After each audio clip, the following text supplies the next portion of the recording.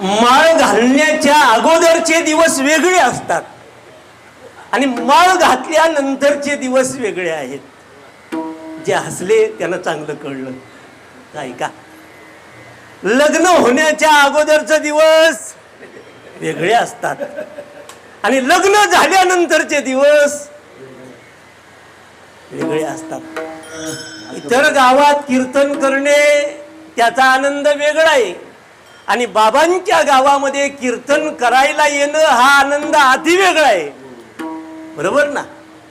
साधूच्या गावामध्ये पदस्पर्शानं पुनीत झालेली ही योग्याची जागा आहे. बरोबर का.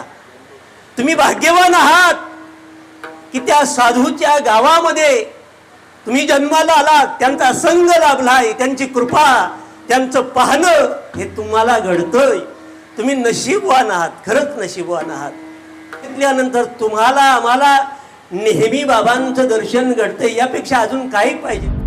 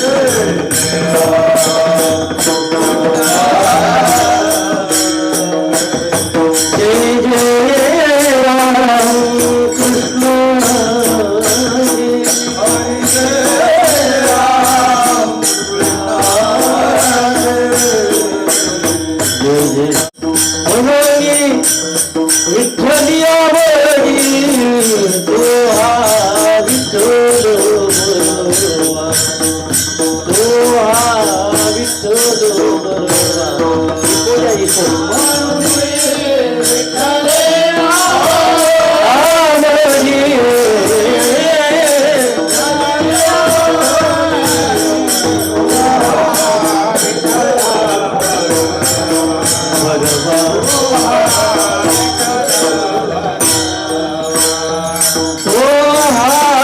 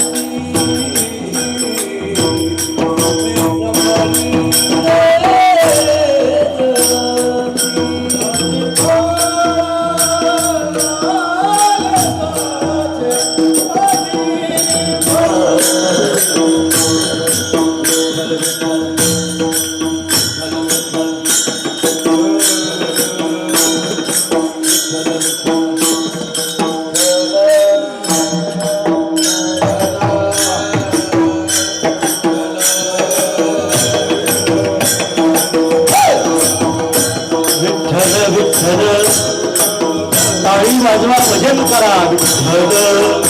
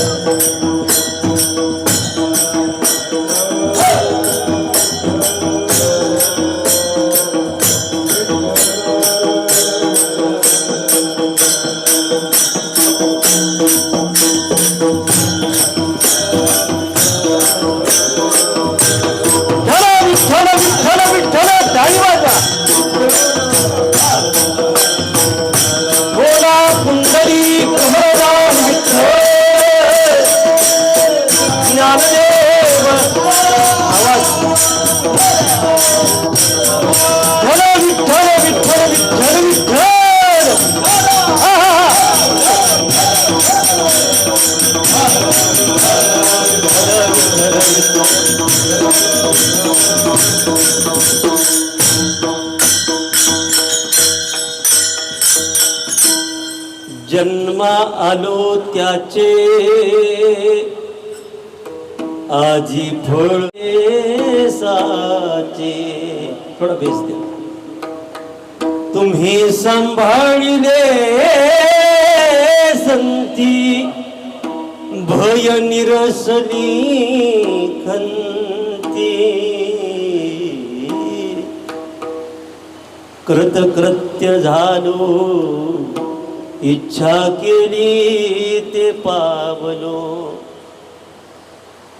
तुम्ही सांभाळिले संती भय निरसली खंती. तुका म्हणे काळ आता करू न शके बळ. तुम्ही सांभाळिले संती भय निरसली खंती. विठ्ठल विठ्ठल.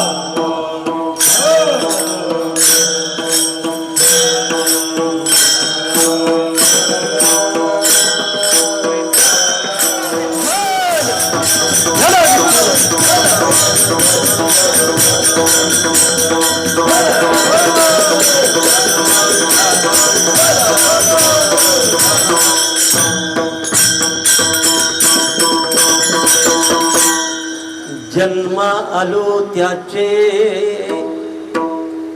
आजी फळ झाले साचे. तुम्ही सांभाळले संती भय निरसली खंती. समचरण सरोजं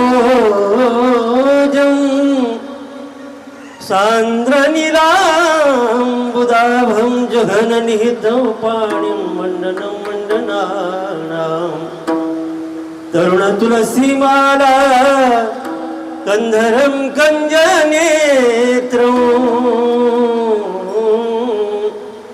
सदय धवलहासं विठ्ठलं चिंतयामि. पांडुरंगा करू प्रथम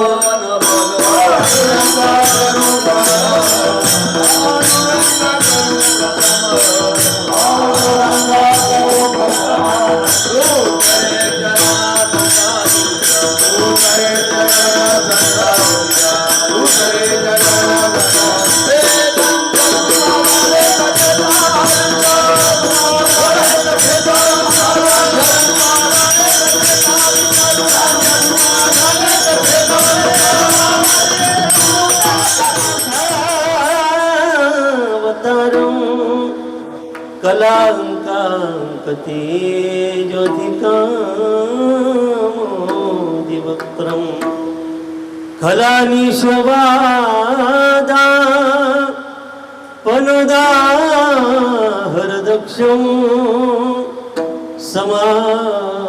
समाधिस्थमूर्तिं भजे ज्ञानदेवं नमो सद्गुरु तुकया ज्ञानदीपा नमो सद्गुरु सच्चिदानंद रूपा नमो सद्गुरु भक्त कल्याण मूर्ती नमो सद्गुरु भास्करा पूर्ण कीर्ती मस्तक माझा पाया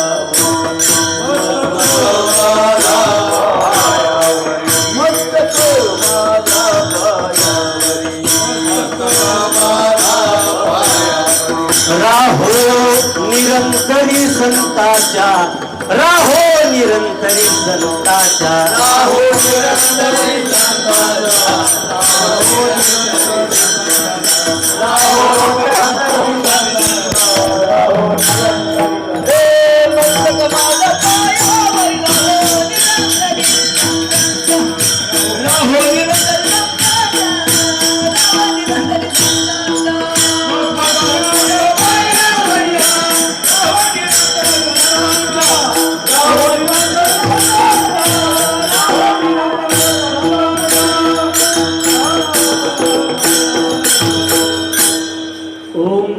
ज्ञानेश्वरा करुणाकरा दयाळा तुमचा अनुग्रह लादलो पावन झालो चराचरी मी कळा कुसरी काहीच नेणे बोलतो वचनी अतिभाविका एका जनार्दनी तुमचा दास त्याची आस पुरवावी वचन ऐका कमळापती माझी रंकाची विनंती करजोडी टोकते काळी आपण असावी जवळी तुम्ही वसो नियंतरी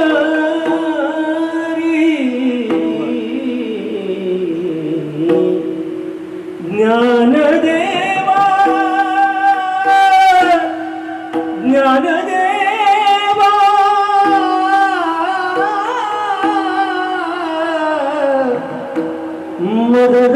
मददागवा विठ्ठल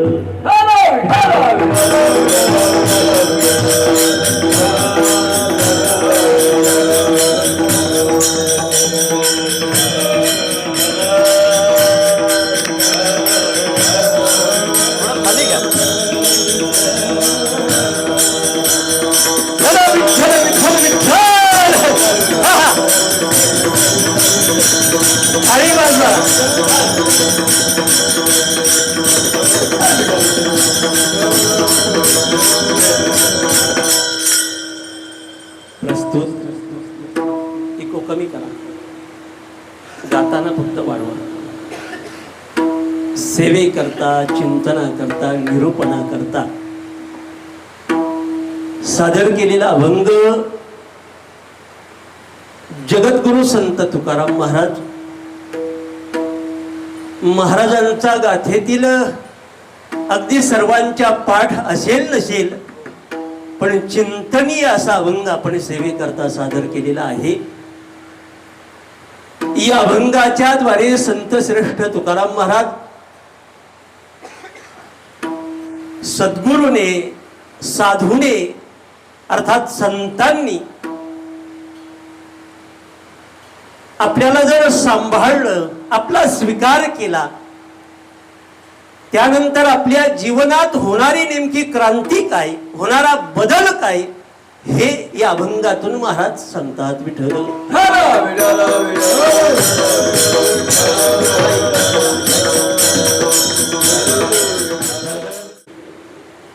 साधू संतांच्या आशीर्वादानं स्वामी नित्यानंदजी महाराज यांच्या कृपेनं स्वामी बालयोगी सदानंद बाबांच्या कृपा आशीर्वादाने ग्रामस्थांच्या अथक परिश्रमातून, कष्टानं, मेहनतीनं संपन्न होत असलेला हा भक्ती उत्सव. या भक्ती उत्सवामध्ये ग्रामस्थांच्या वतीनं ज्यांनी मला या ठिकाणी संपर्क केलेला आहे, ज्यांचं निमंत्रण माझ्यापर्यंत पोहोचलं, माझ्या वडीलस्थानी असणारे, श्री गुरुस्थानी असणारे अत्यंत प्रेमळ व्यक्तिमत्व, या भिवंडी ठाणे जिल्ह्याचं वैभव म्हणून ज्यांच्याकडे पाहिलं जातं, ज्ञानेश्वरीवरती ज्यांचा अफाट प्रेम असणार, असं सरळ आणि गोड व्यक्तिमत्व आमचे बाबा अर्थात कबीर महाराज गुंदवलीकर. बाबांच्या संपर्कातून आपल्या सर्वांच्या सेवेची ही सुयोग्य अशी संधी प्राप्त झालेली आहे. विस्तृत चिंतन न करता अभंगाच्या पदापदाचं चिंतन आपल्याला उर्वरित तासाभरामध्ये आपण मांडणार आहोत. तत्पूर्वी ज्या ज्यावेळी भगवत चिंतन होईल त्या त्यावेळी ज्याला ज्याला हात असतील, ज्याला ज्याला मुखाने बोलता येत असेल, हाताने टाळी आणि मुखाने नाम गायला मात्र विसरू नका. विठ्ठल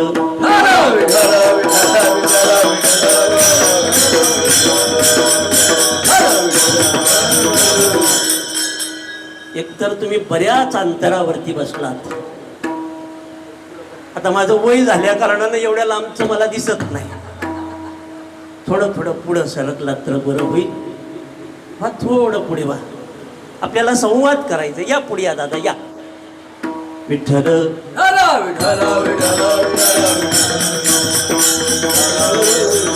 या या या, न बोलता या. मागची मंडळी जमलं तर या.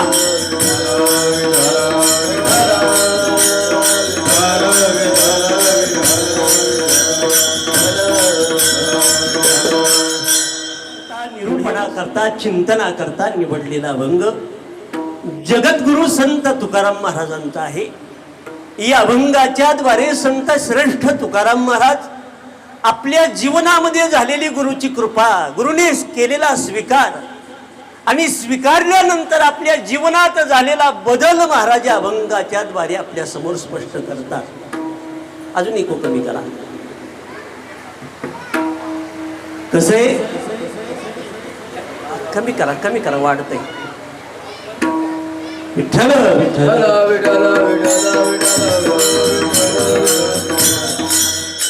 मागच्या मंडळीला आवाज येतोय का? मागे येते. मागे चांगली तरुण मंडळी उभी आहे. नेमकं बदल काय होतो याचं चिंतन आपल्याला मांडायचंय. कसं असतं, माळ घालण्याच्या अगोदरचे दिवस वेगळे असतात आणि माळ घातल्यानंतरचे दिवस वेगळे आहेत. जे हसले त्यांना चांगलं कळलं. अगोदरच्या दिवसामध्ये बंधनं नव्हती, पण आता बंधनं पडली. अगोदरचं जीवन वेगळे आणि नंतरचं जीवन वेगळे. आता पुढचं ऐका. लग्न होण्याच्या अगोदरचे दिवस वेगळे असतात आणि लग्न झाल्यानंतरचे दिवस वेगळे असतात. लग्नाच्या अगोदर असणारा आनंद वेगळा असतो आणि लग्न झाल्यानंतर तो सुरुवातीचा आनंद परत मिळत नाही. बाई म्हणते, अहो महाराज, लग्नाला या पोराच्या, आवर्जून या, आठवणीनं या, खात्रीनं या. 6 महिन्यानंतर तीच बाईला आम्ही विचारतो, काय ग बाई, काही लग्न झालं, कसं चाललंय? त्या बाईनं उत्तर दिलं, आता पहिल्यासारखं चाललं. याचा अर्थ लग्नाच्या अगोदरचे दिवस वेगळे आहेत आणि लग्नाच्या नंतरचे दिवस काय आहेत? वेगळे. आता माझं वाक्य ऐका. तसं संत भेटीच्या अगोदरचं जीवन साधकाचं वेगळे आणि सद्गुरु भेट झाल्यानंतर, गुरुकृपा झाल्यानंतर त्या भेटीतून मिळणारा आनंद हा मात्र वेगळा आहे. विठ्ठल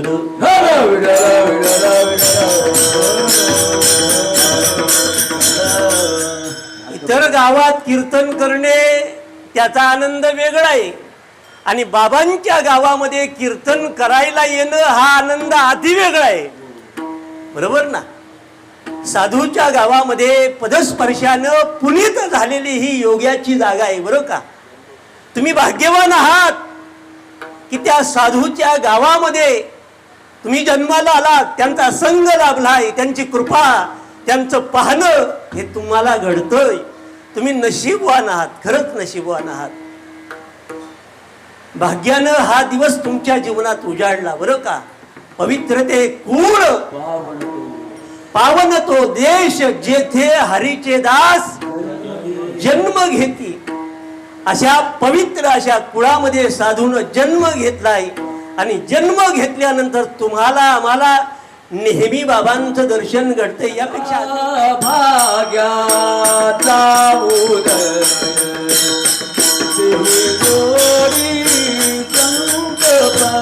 संत पाय संत पाय जोडी संत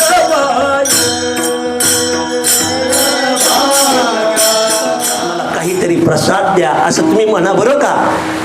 बाबा आले ना का आठवणीनं म्हणा, बाबा जाता जाता मला काही नको पण काहीतरी प्रसाद म्हणून देऊन जा. नारदानं हे सांगितलं संताला, जाताना मला एवढंच द्या, मला दुसरं काही नको, मला प्रसाद हवंय. आणि मग त्या आलेल्या साधूनं संतानं नारदांना जाताना गायत्री मंत्राचा प्रसाद दिला, अर्थात गायत्री मंत्र दिला. आणि गायत्री मंत्राचा जप अनुष्ठान नारदांनी सुरू केलं. करता करता बरीच वर्ष लोटून गेली आणि एक दिवस सावकाराच्या घरी माझी आई म्हणे दोहन करण्याकरता, गाईचं दूध काढण्याकरता गेली. सर्पाने तिला दंश केला आणि माझी आई मरण पावली. सुरुवातीला काही काळ रडलो मी, का आई आहे, माझी माय आहे, आईसाठी रडलो मी. आणि रडून झाल्यानंतर माझ्या पुन्हा लक्षात आलं ही कदाचित भगवंतानं माझ्यावर केलेली कृपा असेल की या मायेमधून देवाने मला सोडवलं आणि भजना करता आता मोकळं केलं. म्हणून आई गेल्यानंतर नारदानं आपलं घर सोडलं आणि नारद दक्षिण दिशेला निघाले. भ्रमण करता करता म्हणे मी एका घनदाट अशा जंगलामध्ये शिरलो, अरण्यामध्ये शिरलो.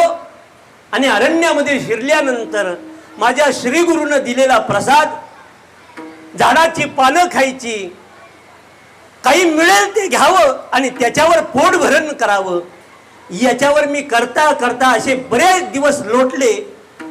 आणि श्री गुरूंचा मिळालेला प्रसाद, अनुग्रह, ते नाम घेऊन मी एका पिंपळाच्या वृक्षाखाली बसलो. म्हणे ध्यानस्थ तटस्थ अवस्थेमध्ये मी नामाचा जप सुरू केला.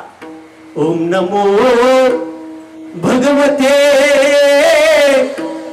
वासुदेवाय, ओम नमो भगवते वासुदेवाय. असंच राहू. ओम नमो भगवते वासुदेवाय, ओम नमो भगवते वासुदेवाय, ओम नमो भगवते वासुदेवाय. अखंड जपाचं अनुष्ठान मांडलं आणि नाम घेता घेता घेता नेत्री अश्रूंची धारा, कोठे रोमांच शरीरा. डोळ्यातून अश्रूच्या धारा वाहू लागल्या, अंग थरथर कापायला लागलं. अर्धोमिळीत डोळे वर्षताती आनंद जळे. नामाची अवस्था माझ्या अंतःकरणामध्ये प्रकट झाली. सुख घडोघडी वाढू लागेल. मग राम नामी उपजे आवडी. त्या संतांच्या कृपा आशीर्वादाने नामात गोडी वाटायला लागली. थोडा इको ठेवाच. गोडी वाटायला लागली, आनंद वाटायला लागला. काय भाग्य असेल माझं, काय नशीब असेल. त्या नामाच्या प्रसादानं बाहेर 10 कोटी मूर्ती उभा आणि भगवान वासुदेवाची मूर्ती माझ्या ध्यानात समोर उभी राहिली. त्या ध्यानातल्या वासुदेवाला पाहिलं आणि काही काळ का होईना, काही क्षण का होईना, मला एवढा आनंद झाला, हृदय भरून आलं. त्या वासुदेवाला पाहिलं. आता पाहिलेलं रूप मी परत परत पहावं. सदा माझे डोळा जड तुझी होते. बरोबर आहे. सदा माझे डोळा जड तुझी होते.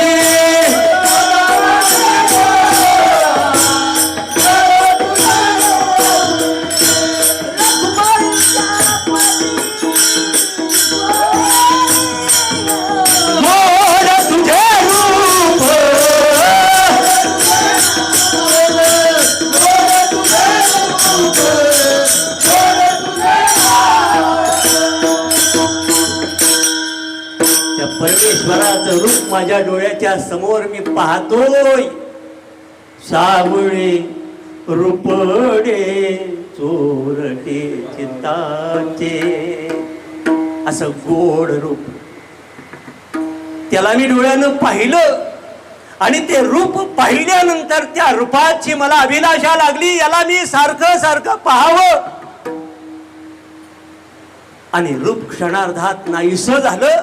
ते रूप मी आता पुन्हा पुन्हा डोळ्यानं पाहावं.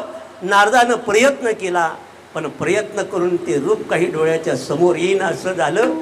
रूप समोर येत नाही. नारदांना वाईट वाटायला लागलं, काय येत नाही. एवढ्याच आकाशवाणी झाली,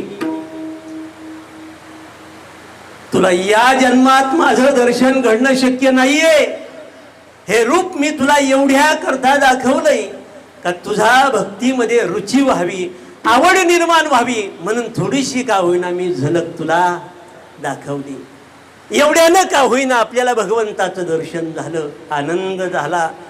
आणि उरलेलं जीवन नारदानं गायत्री मंत्रामध्ये घालवलं. ओम नमो भगवते वासुदेवाय, ओम नमो भगवते वासुदेवाय. श्री गुरुने दिलेला मंत्र मी जपत जपत जपत अनुष्ठान केलं. शेवटी या कल्पाच्या प्रलयाच्या अंती मी ब्रह्मदेवाच्या श्वासामधून आतमध्ये प्रवेश केला आणि पुन्हा जन्म घेतला. आणि एक सामान्य एक ऋषीच्या कुळामध्ये जन्म घेतला. आणि देवानं मला हा विणा भेट दिला. बरं का, त्याला पार्षद म्हणतात. हा विणा म्हणजे सामान्य नाही. साक्षात भगवान कृष्णानं विष्णूनं नारदांना दिलेली ही भेट आहे कीर्तनकाराला. बरं का, पण विणेकरी हा सामान्य नसतो. सांगू का विणेकऱ्याचा अधिकार काय? कीर्तन झाल्यानंतर जय विठ्ठल झालं की कीर्तनकारानं या गादीवरून बाजूला व्हावं आणि बाबांना म्हणावं, आता तुमचा अधिकार आहे. बाबांना इथे यायचं आणि इथं आल्यावर म्हणायचं. माझं कीर्तनकार लहानसं लेकरू होतं. बरं का, बोलता बोलता अनावधानाने एखादा शब्द चुकला असेल म्हणून बाबांना येऊन सांगायचं, बोलिले लेकुरे वेडी वाकुडी उत्तरे. हा त्या विण्याचा आणि विणेकऱ्याचा अधिकार आहे. आणि तो विणा मला भेट दिला आणि माझं जीवन सफळ झालं. हे कधी झालं? श्री गुरुची भेट झाली आणि जीवनात झालेला बदल आहे. विठ्ठल तिथला एक दुसरा इतिहास. वडिलांना आपल्या पोराला वयाच्या 20व्या 21व्या वर्षापर्यंत घराच्या बाहेर काढलं नाही. पण आज न जाणो वडिलाच्या मनात आलं आणि युवकांच्या मेळाव्याच्या उद्घाटनाला त्यानं पोराला बाहेर काढले आणि सांगितलं, लेका जा, याच्या आधी मी तुला घराच्या बाहेर कधी सांगितलं नव्हतं जायला. त्याचं कारण असे, एका साधूनं मला सांगितलेलं, याला घराच्या बाहेर काढशील, जग जर हा बघायला गेला तर हा संन्याशाचा राजा होईल आणि जर घरात राहिला तर कदाचित पुढचा चक्रवर्ती हा असेल. लक्षात ठेव. म्हणून वडिलांनं विषयाच्या अधीन ठेवलं. झाडाचं पान गळून पडलं तर ते का पडलं याचा अभ्यास सुद्धा मुलाला होऊ दिला नाही. आणि त्या मुलाला एक दिवस वयाच्या 20व्या-21व्या वर्षी बाहेर काढले बरं का. बाहेर निघाल्यानंतर मुलानं नवीन जग पाहिलं. वल्कले धारण केलीत, मुकुट धारण केलाय, राजवस्त्र सोनं सुवर्ण अलंकारानं हा नटलेला धजलेला मुलगा आज घराच्या बाहेर पडलाय. रथ निघाला, रथामध्ये सारथी आहे, मागे राजाचा मुलगा बसलाय आणि जाता जाता चालता चालता नीट ऐका बरं का, त्या राजाच्या मुलानं एक दृश्य पाहिलं आणि या दृश्य पाहिल्यानंतर त्यानं आपल्या सारथ्याला विचारलं, याला काय म्हणतात. ते दृश्य काय होतं ते ऐका. ते दृश्य असं होतं, एक थकलेला, अत्यंत जर्जर झालेला, क्षीण झालेला, हातापायातली ताकद संपलेली, ज्याचं बोलणं थांबलेलं, मनाची शांती कुठेतरी निघून गेलेली, असा विस्कटलेल्या मनाचा एक वयस्कर हातामध्ये काठी टेकून चाल करत असताना त्यानं पाहिला आणि विचारलं, हा प्राणी कोण आहे. याच्या अगोदर हे पाहिलं नव्हतं, आज नवीनच दिसलंय. म्हणे याला काय म्हणतात. काय म्हणतात. अरे म्हणे ही तारुण्यानंतर आपल्या जीवनात येणारी अवस्था आहे, तिचं नाव म्हातारपण. भयंकर अवस्था असते, भयंकर. गावातली माणसं धोका देतात, विशेष नाही. शेजारची माणसं धोका देतात, विशेष नाही. पण आपल्या घरातली माणसं धोका देतात, मी म्हणेल तेही विशेष नाही. पण म्हातारपण झालं की हे शरीर आपल्याला धोका देतं, हे विशेषतः आहे. तासभर तुम्हाला बसावंसं वाटणार नाही. मज नाही हात पाय, डोळा पडली झापड, कर्ण वधीर झाले, वाचा बोले बोबड, नाक मुख गळू लागले, लाळानी शेंबूळ श्वानापरी गती झाली, अवघी करती हडाड. सगळी हडाड करतात. कोण कुणाशी प्रेमानं बोलायला येत नाही. घरातली माणसं अंगावर धावून येतात म्हाताऱ्या माणसाच्या, नाही विचारत कोण. उतारवय मिठा कुठीला येतं, जगतात एवढ्या करता, मरत नाही म्हणून जगतात. असा क्षीण आणि दुर्बळ अवस्थेतला एक वयोवृद्ध त्यानं पाहिला आणि याला विचारलं, म्हणे हा कोण प्राणी आहे. त्यानं सांगितलं, अरे तारुण्यानंतर जीवनात भोगायला येणारी अवस्था, तिचं नाव म्हणे म्हातारपण आहे. बर, याला म्हातारं म्हणतात. अरे म्हणे ज्याच्या करता सजलो धजलो, एवढी वल्कलं धारण केली, म्हणे एक क्षीण होणार. हे ऐकताच त्याचे हातपाय लटलट कापायला लागले आणि तसा तो रथात खाली बसला. चल म्हणे पुढे मला पाहवत नाही. काही अंतरावरती गेले आणि अंतरावर गेल्यानंतर त्यानं दुसरं दृश्य पाहिलं आणि ते दृश्य पाहिल्यानंतर त्यानं पुन्हा सारथ्याला विचारलं. आता म्हणे हे काय. त्यानं पाहिलं, प्रेत यात्रा निघालेली, चौघानं खांदा दिलेला आणि ती प्रेत यात्रा पाहिली आणि विचारलं, म्हणे याला काय म्हणतात. बापरे, नवीनच दृश्य पाहिलं. हे याला म्हणे मृत्यू म्हणतात. काय म्हणतात. याला मृत्यू म्हणतात. म्हातारपणानंतर आपल्या जीवनात येणारी अवस्था, हिचं नाव मृत्यू आहे बरं का. मृत्यू तसा चांगला आहे बरं का. खोटं वाटतंय का. मरून बघा, खूप गोड आहे. मला मृत्यूबद्दल काही बाहुलेले शब्द तुम्हाला सांगतो. मृत्यू किती चांगला आहे हो. घरातली माणसं माझ्याकरता रडत होती. जी माणसं रडत होती त्याच माणसानं मला घराच्या बाहेर घेतलं. रोज आंघोळीला गरम पाणी मागायचो, पण आज अगोदरच गरम पाणी येऊन थांबलेलं.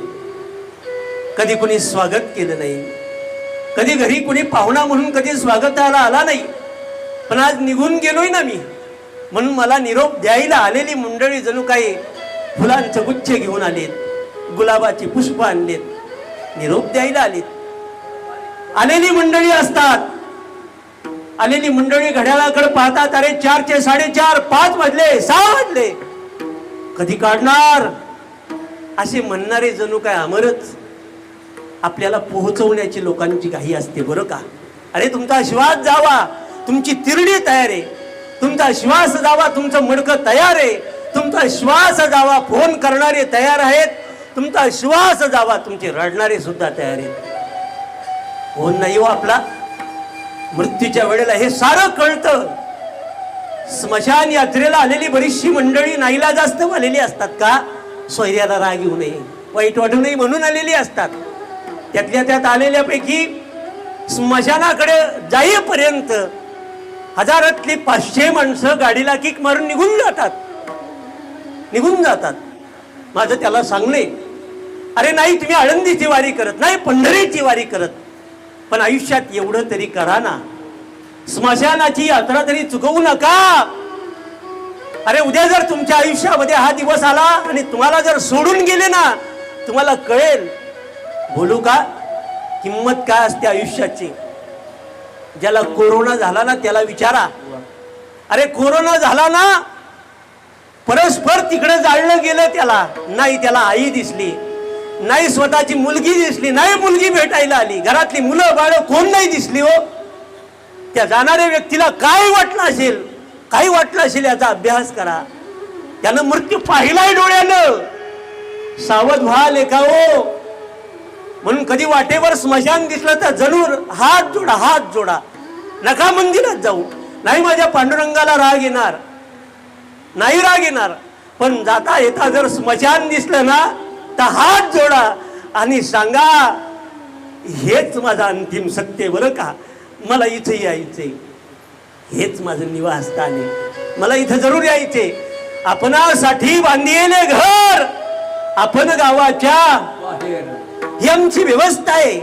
परमेश्वरानं निसर्गानं आम्हाला दिलेली देणगी आहे बरं का, आणि ती देणगीचा आम्ही सांभाळ केला पाहिजे. मृत्यू वाईट नाही बरं का. अरे काय तुम्ही कुणासाठी धावताय, सावध व्हा. आयुष्यभर दुसऱ्यासाठी पळत होता आणि जाताना मात्र एकटा जळत होता. पाहिलं का तुम्ही स्मशानीचा प्रवास कधी? आमच्या साधूनं, आमच्या संतानं अभ्यास केला आणि नामदेवरायने चित्र रेखाटलं. मित्र आले गोत्रज आले, मित्र आले, गोत्रज आले. तेही स्मशानी परतले,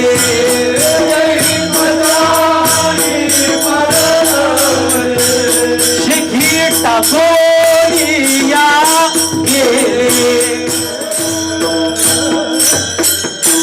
अरे मित्र आले, गोत्रज आले, सगळे स्मशानावरती आपल्याला टाकून जातात. जळत असे स्मशानी एकटा जळत राहतो, घरच्यांची वाट पाहतो. आज येतील, उद्या येतील, कोण नाही. तो तिसरा दिवस उजाडतो आणि उजाडल्यानंतर घरच्यांची वाट पाहतोय. अरे आज येईल, हा न्यायला, उद्या येईल. तिसऱ्या दिवशी 5-25 माणसं पाहतो, राग धुण्याच्या निमित्ताने येतात. आलेली मंडळी त्याला विचारत नाही, त्याचे 2-4 हाडं घरी घेऊन जातात. ज्या हाडानं हाडाचं पाणी करावं, सगळं अट्टहास करावा. अरे मेल्यानंतर घरातली माणसं, त्या घरामध्ये जर एखाद्याने हाडं नेली ना तर घरातली माणसं म्हणतात, अक्कल आहे का, ते हाडं बाहेर काढ. काय अट्टहास केला त्या हाडानं तुमच्या घरादारासाठी. अरे मृत्यू एवढा सावध करतो आपल्याला, तुम्ही सावध व्हा बरं का. आणि हे त्या मुलानं पाहिलं आणि मुलानं पाहिल्यानंतर त्याचे डोळे भरून आले. मृत्यू येतो म्हणे, या शरीराला जळावं लागतं, यातलं सूक्ष्म शरीर बाहेर जातं, ज्याला तुम्ही जीव म्हणता, प्राण म्हणता, या शरीरामधून बाहेर पडतो आणि या कुडीला जळावं लागतं. अरे म्हणे काय जीवन आहे हे ऐकलं आणि त्या मुलानं रथातून उडी मारली आणि एका घनदाट अशा अरण्यामध्ये शिरला, एका जंगलामध्ये शिरला आणि त्यानं 6 महिने जंगलामध्ये काढले. झाडाची पानं खायची, फळं खायची, नदीचं वाहणारं पाणी प्यायचं आणि त्याच्यावर त्यानं आपलं 6 महिने काढले आणि त्याचं भाग्य उदयाला आलं आणि त्याला सद्गुरूची भेट झाली. बघा, ज्याला मृत्यूचा वैराग्य तयार झालं आणि त्या मृत्यूच्या वैराग्यानं त्याला साधूची भेट झाली आणि भेट झाल्यानंतर साधूनं विचारलं, बोल अडचण काय. राजा परीक्षितीला जसं विचारलंय ना शुकानं, तसं विचारलं, बोल अडचण काय. अडचण एवढीच आहे. म्हणे काय अडचण आहे गुरुजी? हे मृत्यू काय असतो एवढं मला खेळ शिकवा, मला दुसरं काही नको, मला मृत्यूतून बाहेर निघायचे. गुरुजी तुम्ही मृत्यूला पाहिलंय का हो? गुरुजी तुम्हाला आनंदानं उत्तर देतील, अरे हा मृत्यू मी हातावर खेळवतो बरं का, हा खेळवतो म्हणे मी हातावर. खरं? गुरुजी मला दाखवाल का? म्हणे बस माझ्या समोर. आणि मग गुरुजीनं थोडं नीट ऐका. पार्वती मातेला भगवान महादेवानं स्मशानात राहून आमच्या चितेवरती भगवंतानं अभ्यास केला आणि करता करता 108 112 असे सूत्र बाहेर काढली आणि त्या सूत्राचा एक ग्रंथ झाला. तुम्ही मोबाईलवरती ते डाउनलोड मारा. त्या ग्रंथाचं नाव आहे, त्याच्यामध्ये विधी आहेत बरं का, जीवन सुधारण्याच्या विधी आहेत, मृत्यूच्या विधी आहेत. त्या विधी भगवान महादेवानं पार्वती मातेला सांगितल्या. त्या ग्रंथाचं नाव आहे भैरव तंत्र. काय नाव आहे? भैरव तंत्र. या भैरव तंत्रातली एक विधी भगवान त्या श्रीगुरूनं आलेल्या समोरच्या राजाच्या मुलाला सांगितली. त्या 108 112 विधीतली एक विधी, त्या विधीचं नाव आहे विपश्यना. काय आहे? विपश्यना. कधी जर नाशिक रस्त्यानं गेलात, डाव्या बाजूला इगतपुरी आहे, त्या इगतपुरीला मोठं धम्म आहे जिथं विपश्यना केंद्र आहे. त्याच्या मी 2017 पासून तिथे आहे, म्हणजे जाणं येणं असतं माझं. विपश्यना हे आपल्याला कायानुपासना, ज्याच्यामधून आपल्याला या शरीरातून बाहेर पडता येतं, ज्याच्यातून आपल्याला पुन्हा पाहिजे तसा प्रवास करता येतो, याच्या पलीकडचा आनंद भोगायचा असेल तर ती विधी भगवान महादेवानं पार्वती मातेला सांगितली.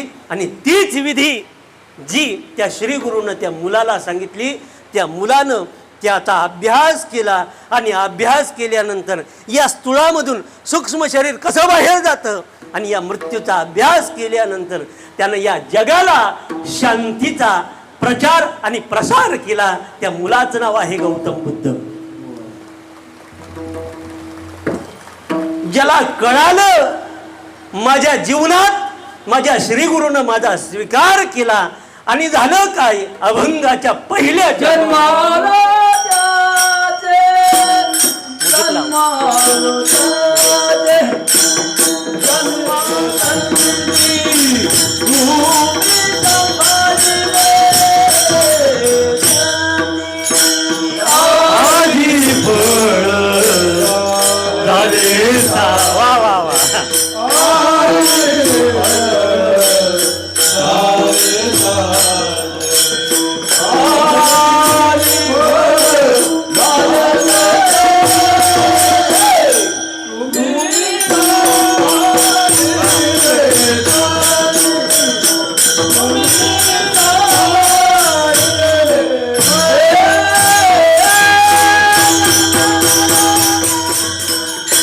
बाबांसाठी टाळ्या वाजवा.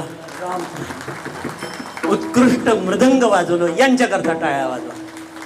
आणि ज्यांच्यामुळं हा आवाज तुमच्यापर्यंत पोहोचला त्या दादासाठी एकदा टाळी वाजवा. सिस्टीमवाले, हो सिस्टीमवाले, तुमच्याकरता टाळ्या वाजल्या बरं का. ऐकलं ना? असंच ऐका, कलाकारानं चांगली चाल गायली, चांगलं वाजवलं, चांगलं गायलं ना की मस्त अगदी त्यांना प्रतिसाद म्हणून टाळी वाजवायची. त्यांना काही लागत नाही. मी सांगितलं त्यांना काही लागत नाही. त्यांना तुम्ही नारळ नका देऊ, राग येणार नाही. हा, मग नारळाच्या जर खाली दिलं नाही तर मग आल्याशिवाय विठ्ठल